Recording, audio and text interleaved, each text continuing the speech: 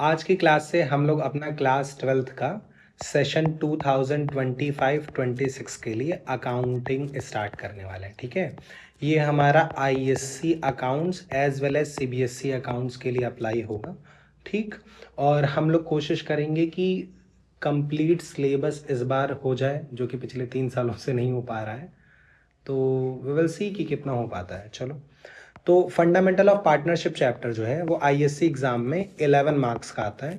ठीक है, और इस 11 नंबर में हमें क्या क्या टॉपिक पढ़ने हैं, तो एक टॉपिक हम पढ़ेंगे बाबू, profit and loss appropriation account कैसे बनता है। दूसरा टॉपिक हम लोग पढ़ेंगे पार्टनर कैपिटल अकाउंट कैसे बनता है। ठीक है, तीसरा टॉपिक हम लोग पढ़ेंगे कि पास्ट एडजस्टमेंट क्या है और उसके न्यूमेरिकल सॉल्व करेंगे। इसको एडजस्टमेंट इन क्लोज्ड अकाउंट नाम से भी जाना जाता है। और एक टॉपिक का नाम हमारा मिनिमम गारंटी।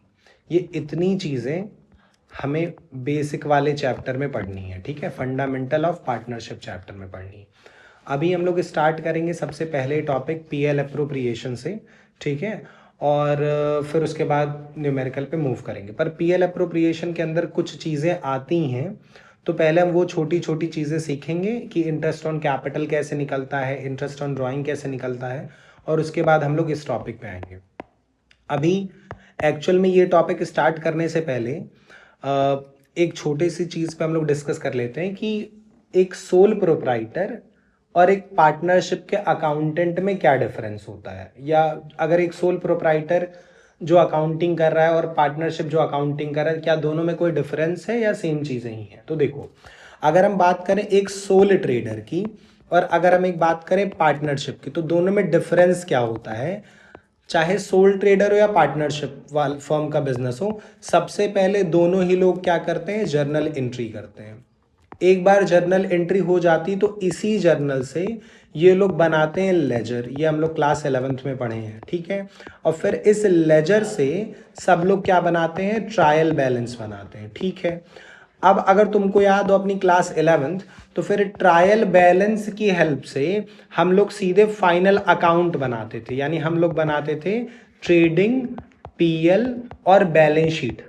ठीक है, तो यहां पे भी ट्रायल बैलेंस के बाद क्या बनता है, trading, PL, but balance sheet तुरंत नहीं बनता है। ठीक है, अब यानी अगर हम सोल प्रोप्राइटर के अकाउंटेंट थे और अब हम पार्टनरशिप के अकाउंटेंट बनना चाहते हैं, तो आधी चीजें जो की जाती है वो हम ऑलरेडी क्लास 11th में पढ़ चुके हैं।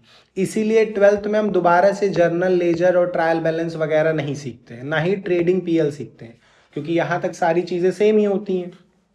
अंतर क्या होता है, एक सोल प्रोप्राइटर जब पीएल बनाता है, अपना बैलेंस शीट अभी मान लीजिए नहीं बनाया है, जब प्रॉफिट और लॉस अकाउंट बनाता है, तो इस प्रॉफिट और लॉस अकाउंट में हमारा एक नेट प्रॉफिट निकल के आता है, या कभी हो सकता हो नेट लॉस निकल के आए। तो इसके बाद जब बैलेंस शीट बनती है, तो बैलेंस शीट के अंदर ही हम कैपिटल में नेट प्रॉफिट को ऐड कर देते हैं। क्यों? क्योंकि सोल प्रोप्राइटर मतलब एक अकेला ओनर, तो जो भी प्रॉफिट आएगा ये सारा का सारा उस इकलौते आदमी से ही बिलोंग करता है, इसलिए सारा नेट प्रॉफिट कैपिटल में ले जाके ऐड कर दिया गया। पर पार्टनरशिप में एक प्रॉब्लम आ जाती है। प्रॉब्लम क्या आती है कि मान लो हम पीएल बनाए और पीएल बनाने के बाद मेरे पास आ गया नेट प्रॉफिट। अब समस्या ये है कि पार्टनरशिप मतलब कि एक से ज्यादा ओनर। तो अगर मान लो मेरे पास 3 पार्टनर हैं ए बी सी, तो जो मेरा नेट प्रॉफिट हो उसमें से कितना ए में ऐड हो, कितना बी में ऐड हो, कितना सी में ऐड हो।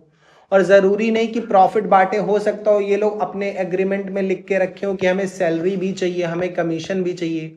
यानी ये प्रॉफिट जैसे सोल प्रोप्राइटर में बहुत आसानी से कैपिटल में ले जाके प्लस कर दिया जाता था, पार्टनरशिप में वो चीज इतनी आसान नहीं है। यहां पे पार्टनरशिप में पीएल से जो नेट प्रॉफिट आया उसको आसानी से आप सीधे कैपिटल में ले जाके प्लस नहीं कर सकते। इस प्रॉफिट को आपको बांटना पड़ेगा पार्टनर्स में। इसलिए यहां ट्रेडिंग पीएल के बाद बैलेंस शीट नहीं बनती है, यहां पे ट्रेडिंग पीएल के बाद बनाया जाता है profit and loss appropriation account. Appropriation का मतलब होता है किसी भी चीज को एप्रोप्रिएट करना, यानी कि डिस्ट्रीब्यूट करना। तो प्रॉफिट लॉस एप्रोप्रिएशन का अकाउंट का काम होता है कि पीएल अकाउंट के थ्रू जो हमारा नेट प्रॉफिट आया है उसको पार्टनर में बांट देना। और एक बार जब हम पार्टनर में कुछ चीजें और बांटेंगे तो पार्टनर्स की कैपिटल बदलेगी, कैपिटल या तो इंक्रीज होगी या तो डिक्रीज होगी। इसलिए अब हम बैलेंस शीट नहीं बना सकते। क्यों? क्योंकि अगर हम बैलेंस शीट बनाएंगे तो उसमें पुरानी वाली कैपिटल लिखेंगे, और अभी जब हमने पीएल एप्रोप्रिएशन बना के पार्टनर्स को 2-4 चीजें और दी हैं तो उनकी कैपिटल बदल गई है। तो बैलेंस शीट बनाने से पहले हमें दोबारा से एक लेजर बनाना पड़ेगा। कौन सा लेजर? कैपिटल का लेजर फिर से बनाना पड़ जाएगा। क्यों बनाना पड़ जाएगा? क्योंकि पीएल एप्रोप्रिएशन में मान लीजिए आपने इंटरेस्ट ऑन कैपिटल दिया, किसी पार्टनर को सैलरी दी, तो अब उसकी कैपिटल बढ़ेगी। तो पीएल एप्रोप्रिएशन में आपने जो भी चीजें पार्टनर को दी है, आप पार्टनर कैपिटल अकाउंट बना के वो सारी चीजें उसको बांट सकते हैं। अब जैसे आप बांट देंगे तो कैपिटल अकाउंट की वजह से अब उनकी कैपिटल अपडेट हो जाएगी, और पीएल एप्रोप्रिएशन बनाने की वजह से सारी चीजें जो नेट प्रॉफिट थी वो पार्टनर में इंडिविजुअली बट भी गई, और अब कैपिटल अपडेट हो गई। आपको सोल प्रोप्राइटर की तरह अलग से बैलेंस शीट में कैपिटल में नेट प्रॉफिट प्लस करने की जरूरत नहीं है, क्योंकि आप पीएल एप्रोप्रिएशन में ऑलरेडी सारा प्रॉफिट बांट चुके हैं और कैपिटल अकाउंट बना के उसमें सारी चीजें लिख चुके हैं। इसलिए अब इसके बाद हम डायरेक्ट क्या कर सकते हैं? बैलेंस शीट बना सकते हैं। और ये डिफरेंस होता है एक सोल प्रोप्राइटर की अकाउंटिंग में और पार्टनरशिप की अकाउंटिंग में। क्या डिफरेंस होता है कि ट्रेडिंग और प्रॉफिट एंड लॉस अकाउंट तक सारी चीजें सेम होती हैं, चाहे वो एक सोल प्रोप्राइटर हो और चाहे वो एक पार्टनरशिप फर्म हो। ठीक है, पर सोल प्रोप्राइटरशिप में ट्रेडिंग पीएल के जस्ट बाद बैलेंस शीट बनता है, पर पार्टनरशिप फर्म में ट्रेडिंग पीएल के जस्ट बाद बैलेंस शीट नहीं बनता। यहां पहले प्रॉफिट को बांटना पड़ता है, जिसके लिए हम बनाते हैं पीएल एप्रोप्रिएशन अकाउंट, और फिर पीएल एप्रोप्रिएशन अकाउंट के बाद हम बनाते हैं पार्टनर कैपिटल अकाउंट, और फिर सबसे लास्ट में हम बनाते हैं बैलेंस शीट। यानी सब कुछ सेम है, पर सोल प्रोप्राइटर और पार्टनरशिप में डिफरेंस बस एक चीज का है कि पार्टनरशिप में पीएल एप्रोप्रिएशन और पार्टनर कैपिटल हमें एक्स्ट्रा बनाना पड़ जाता है, और बाकी सारी चीजें सोल प्रोप्राइटर वाली हैं। तो इसका मतलब ये हुआ कि अगर हम क्लास 11th की अकाउंटिंग ढंग से पढ़े हुए हैं तो हमें दोबारा से general ledger, trial balance, trading PL कैसे बनता है और बैलेंस शीट कैसे बनता है, ये सब सीखने की जरूरत नहीं है। अगर हम सिर्फ 2 चीज सीख लें कि पीएल एप्रोप्रिएशन अकाउंट कैसे बनता है और पार्टनर कैपिटल कैसे बनता है, तो हम सारी 11th वाली चीज अप्लाई कर लेंगे, और अब हम सोल प्रोप्राइटर के बजाय एक पार्टनरशिप की अकाउंटिंग कर लेंगे। तो आई होप आपको ये चीज समझ में आ गई कि सोल प्रोप्राइटर और पार्टनरशिप फर्म में कुछ भी डिफरेंस नहीं होता, एक्सेप्ट कि पार्टनरशिप में हमें 2 एक्स्ट्रा चीजें बनानी पड़ जाती हैं ट्रेडिंग पीएल के बाद और बैलेंस शीट से पहले। वो है पीएल एप्रो और कैपिटल। और क्यों बनानी पड़ जाती है ये भी क्लियर है, क्योंकि एक सोल प्रोप्राइटर में सारा प्रॉफिट एक सिंगल आदमी से बिलोंग करता है तो हम कैपिटल में सीधे प्लस कर सकते हैं, पर पार्टनरशिप में एक से ज्यादा ओनर है तो सब में एक साथ प्लस नहीं कर सकते। तो हमें उस प्रॉफिट को बांटने के लिए एक अकाउंट बनाने की जरूरत है, जिसको पीएल एप्रोप्रिएशन कहा जाता है। ठीक, तो हमें 2 चीज इस चैप्टर में सीखनी है फंडामेंटल में। ये 2 चीज हम सीख लेंगे तो बाकी सारी चीजें सोल प्रोप्राइटर ही वाली हैं। और वो 2 एक्स्ट्रा चीज क्या है बाबू? एक है हमारा पीएल एप्रोप्रिएशन और दूसरा हमारा है पार्टनर कैपिटल। और यही हमारा टॉपिक हो गया, पहला 2 टॉपिक जो हमको सीखना है, जो हम तुम लोग को थोड़ी देर पहले अभी बोल रहे थे कि एक तो हमें पीएल एप्रोप्रिएशन पढ़ना है फंडामेंटल वाले चैप्टर में, और दूसरा हमें पढ़ना है कि पार्टनर कैपिटल कैसे बनती है। ठीक है, ये 2 एक्स्ट्रा टॉपिक फंडामेंटल में पढ़ने, ठीक है, जो आपको सोल प्रोप्राइटर और पार्टनरशिप मिक्स करके सेम चीज सिखा देती है। और 2 एक्स्ट्रा चीज हमारे सिलेबस में है, एक है मिनिमम गारंटी और दूसरी हमारी है पास्ट एडजस्टमेंट। तो ये चीजें जब आएंगी तो इन पे डिटेल में बात की जाएगी कि मिनिमम गारंटी क्या होती है, पास्ट एडजस्टमेंट क्या होती है। ठीक, ये टोटल 4 टॉपिक है जो आप फंडामेंटल चैप्टर में सीखोगे। पीएल एप्रो क्यों सीखोगे, क्लियर हो गया। पार्टनर कैपिटल क्यों सीखना है, क्लियर हो गया। मिनिमम गारंटी पास्ट एडजस्टमेंट क्या होता है, ये जब टॉपिक आएगा तब उस पर बात की जाएगी। ठीक, यहां तक आपको बेसिक आई होप क्लियर हो गया होगा कि फंडामेंटल ऑफ पार्टनरशिप चैप्टर किस बारे में है। दूसरा, पार्टनरशिप और सोल प्रोप्राइटरशिप की अकाउंटिंग में क्या डिफरेंस है और इस चैप्टर में हमें क्या क्या चीजें पढ़नी है। ठीक, अब हम लोग एक एक करके स्टार्ट करेंगे। सबसे पहले हम लोग स्टार्ट करेंगे प्रॉफिट और लॉस एप्रोप्रिएशन अकाउंट क्या है और कैसे बनता है।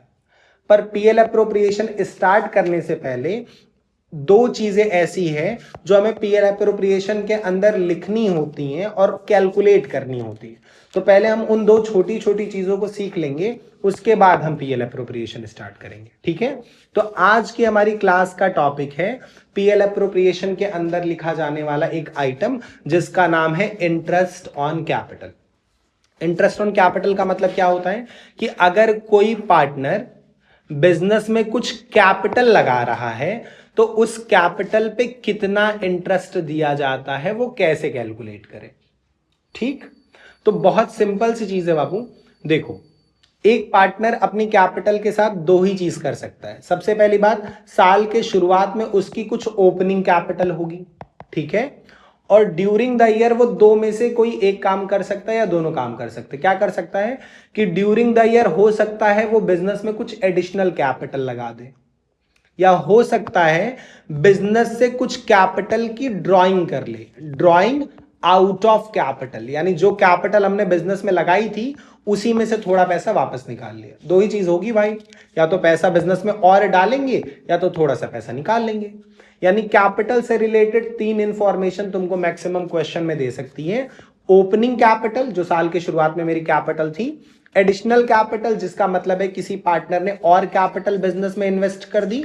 और तीसरा है ड्रॉइंग आउट ऑफ कैपिटल, यानी पार्टनर ने बिजनेस से पैसा विड्रॉ कर लिया। ठीक है, इंटरेस्ट ऑन कैपिटल निकालना बहुत इजी है। जो ओपनिंग कैपिटल है आप उस पे पहले पूरे साल का इंटरेस्ट लगा दो, यानी opening capital into rate upon 100, और इंटू 12 अपॉन 12 करने का कोई पॉइंट बनता नहीं है, इसलिए वो नहीं लिखे हैं। तो ओपनिंग कैपिटल पे पूरे साल का हम लगा देंगे, opening capital into rate by 100। ठीक है, फिर जो एडिशनल कैपिटल लगाया है वो जिस दिन लगाया है उस दिन से लेके ईयर एंड तक का लगाएंगे, यानी additional capital into rate upon 100 into time left upon 12। Time left का क्या मतलब है कि जैसे मान लो मेरा ईयर चलता है 1 अप्रैल 2017 से लेके 31 मार्च 2018, और एक पार्टनर ने 30 जून को कुछ एडिशनल कैपिटल लगा दी। तो अब इस एडिशनल कैपिटल पे 1 अप्रैल से 31 मार्च का इंटरेस्ट नहीं कैलकुलेट होगा। जब वो पैसा ही 30 जून को डाल रहा है तो 30 जून से 31 मार्च का इंटरेस्ट कैलकुलेट होगा। इसीलिए यहां पे टाइम लेफ्ट वर्ड यूज किए हैं कि जिस दिन एडिशनल कैपिटल उसने लगाई है उस दिन के बाद उस ईयर में कितना टाइम बचा। इन शॉर्ट, कितने टाइम तक वो एडिशनल कैपिटल बिजनेस में लगी रही। ये बात आई होप आपको क्लियर हो पा रही होगी कि 1 अप्रैल मई जून 3 महीने बिजनेस में पैसा नहीं लगा था। 30 जून को लगा तो 12 महीने में से अगर 3 महीने पैसा नहीं लगा था तो सिर्फ 9 ही महीने पैसा लगा था, तो यहां 9 महीने का कैलकुलेट होगा। तो ओपनिंग कैपिटल पे पूरे साल का और एडिशनल कैपिटल पे टाइम लेफ्ट डिवाइडेड बाय 12 कर देना है। ठीक है, ये चीज आप कर लिए, दोनों को ऐड कर लिए। और इसमें से अगर कोई ड्रॉइंग आउट ऑफ कैपिटल हुआ है तो उसका इंटरेस्ट माइनस कर देना है। तो यानी अगर कोई drawing out of capital question में दिया है तो इंटू रेट अपॉन 100 और इंटू टाइम लेफ्ट अपॉन 12 कर देना। तो यानी अगर मान लो हम क्वेश्चन में बोल दें कि मिस्टर ए ने 40,000 रुपए 30 नवंबर को बिजनेस से विड्रॉ कर लिए, तो 40,000 रुपए पे 30 नवंबर के बाद जो टाइम बचा, यानी दिसंबर, जनवरी, फरवरी, मार्च, 4 महीने का इंटरेस्ट कैलकुलेट करके टोटल इंटरेस्ट से आपको माइनस कर देना है। यानी drawing out of capital into rate upon 100, time left मेरा बचा 4 महीना, divided by 12 into 100 divided by 12, और जो इंटरेस्ट आएगा वो ये ब्रैकेट का मतलब माइनस करना है। आई होप चीजें क्लियर हो गई। तो इंटरेस्ट ऑन कैपिटल निकालना बहुत सिंपल है।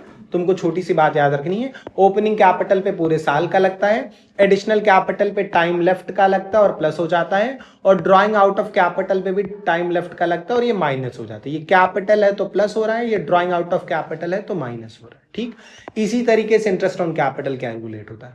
अगर किसी क्वेश्चन में एडिशनल कैपिटल नहीं है, ये step ignore, drawing out of capital नहीं है, ये स्टेप इग्नोर, यानी सिर्फ ओपनिंग कैपिटल थी तो डायरेक्ट निकला और वही इंटरेस्ट ऑन कैपिटल हो गई।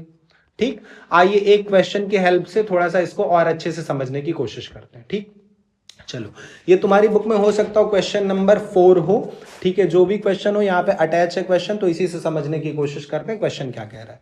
कह रहा है X Y and Z are partner in a firm. एक फर्म में 3 पार्टनर है, एक्स वाई और जेड। ठीक है, there capital as on 1 April were 5 lakh 4 lakh and 3 lakh respectively. बाबू 1 अप्रैल को तो ईयर स्टार्ट होता है, यानी ये जो 5 लाख 4 लाख 3 लाख दिया हुआ, ये हमारी क्या हो गई, ओपनिंग कैपिटल हो गई, और ओपनिंग कैपिटल पे पूरे साल का इंटरेस्ट निकलता है। ठीक है, अब एक काम करते हैं अपनी इजीनेस के लिए, यहाँ पे अलग अलग हम कैलकुलेशन करेंगे, एक्स का, यहाँ पे वाई का कर लेते हैं, और नेक्स्ट पेज पे हम लोग जेड का कर लेंगे। ठीक है, चलो, तो क्वेश्चन कह रहा है कि एक्स की ओपनिंग कैपिटल है 5 लाख।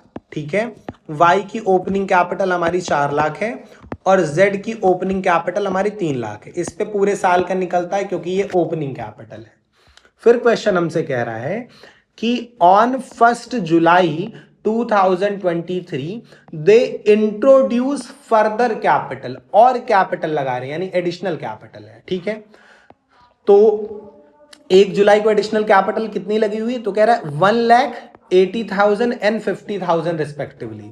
तो इन्होंने लगाई है 1 लाख रुपए, ये लगा रहे हैं 80,000 रुपए, और तीसरा वाला पार्टनर लगाया 50,000 रुपीज। ठीक है, जेड ने 50 लगाया। ये एडिशनल कैपिटल है और एडिशनल कैपिटल पे मंथ के हिसाब से निकलता है और ओपनिंग पे पूरे साल का निकलता है। ठीक है, आगे कह रहा है कि on 1 Feb 2024 Y withdrew 15,000 from his capital. Question कह रहा है कि 1 फरवरी को वाई ने अपनी कैपिटल से 15,000 विड्रॉ कर लिया, तो ये ड्रॉइंग आउट ऑफ कैपिटल, और तीनों नहीं कर रहे, सिर्फ वाई कर रहा है। तो हम क्या बताए थे कि जो ड्रॉइंग आउट ऑफ कैपिटल होती उसका इंटरेस्ट माइनस होता है। ड्रॉइंग उसने की 15,000 रुपए, तो इस पे इंटरेस्ट माइनस होगा। ठीक है, रेट कितना दिया है, 8% पर एनम दिया, और कह रहे हैं इंटरेस्ट कैलकुलेट करिए। बड़ा आसान है, 8% दिया है तो ओपनिंग पे आप पूरे साल का निकाल लेंगे, 5 लाख इंटू 8/100, तो 5 लाख इंटू 8/100 अगर हम करेंगे तो ये हमारा आ जाएगा 40,000 रुपए। ठीक, चलिए 40,000 आ गया।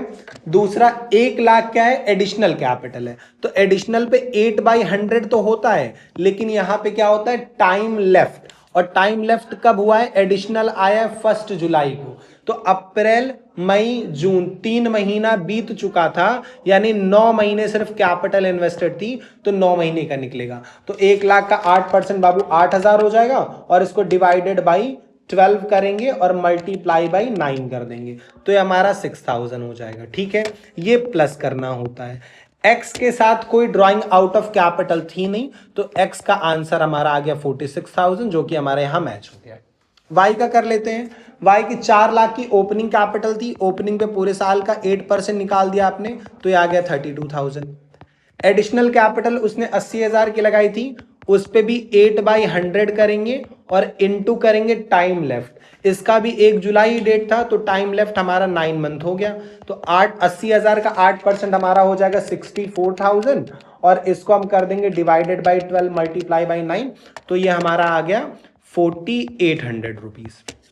ठीक है, और ये जो 15,000 रुपए है ये ड्रॉइंग आउट ऑफ कैपिटल थी, तो इसको माइनस करना पड़ेगा। ठीक है, तो इसका भी फॉर्मूला वही है, drawing out of capital into rate upon 100 into time left upon 12। अब ये 1 फरवरी थी, तो फरवरी मार्च 2 महीने बचा था। फरवरी क्यों काउंट कर रहे हैं, क्योंकि 1 फेब है, पूरी फरवरी अभी बची थी, तो फरवरी और मार्च 2 महीना टाइम लेफ्ट था, तो 2 डिवाइडेड बाई 12 करना है। फॉर्मूला अगर आप नोटिस करो तो सेम ही है, capital into rate by 100 into time left by 12, और drawing into rate by 100 into time left by 12, और ओपनिंग में सीधे रेट बाई 100 है, टाइम लेफ्ट वगैरह का कोई सीन नहीं है। ठीक, बस अंतर है कि ओपनिंग पे डायरेक्ट निकल रहा है, एडिशनल वाला प्लस हो रहा है और ड्राइंग वाला माइनस हो रहा है। ठीक है, चलिए इसको भी देख लेते हैं। तो 15,000 का 8% आ गया 1200 और डिवाइडेड बाई 12 इंटू 2 करेंगे तो हमारा आ जाएगा 200 रुपये। ठीक, ये 200 में माइनस करना है इसमें से, तो इसको भी देख लेते हैं। 32,000 प्लस 4,800 और माइनस 200, तो 36,600 हमारा y का आ गया और ये भी हमारा आंसर से मैच कर गया। अब z का भी कैलकुलेट कर लेते हैं।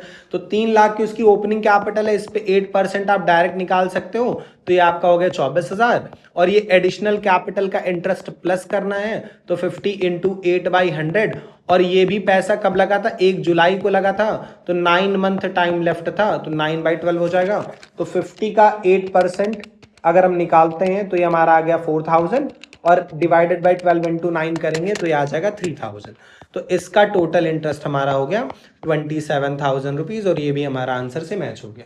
तो इंटरेस्ट ऑन कैपिटल निकालना बहुत आसान है, छोटा सा फॉर्मूला है, आपको बस इतना ध्यान में रखना है कि ओपनिंग कैपिटल पे पूरे साल का निकलता है, एडिशनल कैपिटल का इंटरेस्ट प्लस होता है इनटू टाइम लेफ्ट बाय 12 करके, और ड्रॉइंग आउट ऑफ कैपिटल का इंटरेस्ट माइनस होता है और ये भी टाइम लेफ्ट के अकॉर्डिंग लगता है। ठीक, सीधा सा फॉर्मूला है, सीधा सा क्वेश्चन है।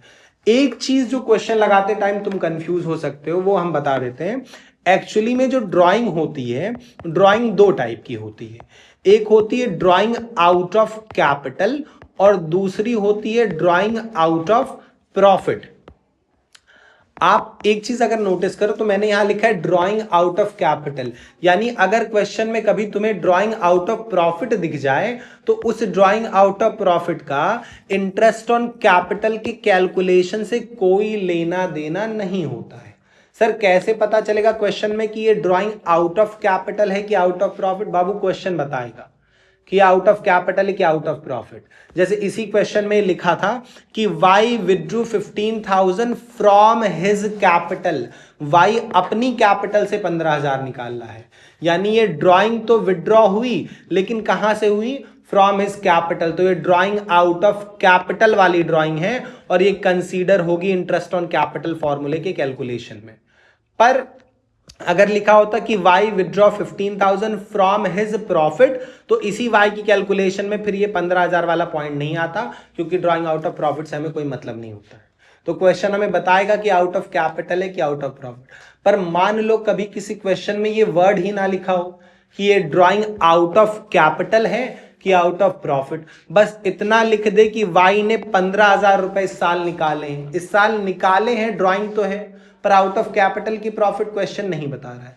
तो अगर क्वेश्चन साइलेंट है, इफ क्वेश्चन इज साइलेंट, तो हम ड्राइंग को अज्यूम करते हैं ड्राइंग आउट ऑफ प्रॉफिट, यानी अगर कभी क्वेश्चन साइलेंट है तो उसको आप ड्राइंग आउट ऑफ प्रॉफिट मानेंगे और उसको फॉर्मूले में से इग्नोर कर देंगे। ठीक है, आई होप आपको इंटरेस्ट ऑन कैपिटल एकदम अच्छे से क्लियर हो गया होगा। आज की क्लास के लिए हम इतना ही रखेंगे और अगली क्लास में हम इंटरेस्ट ऑन ड्राइंग पे बात करेंगे।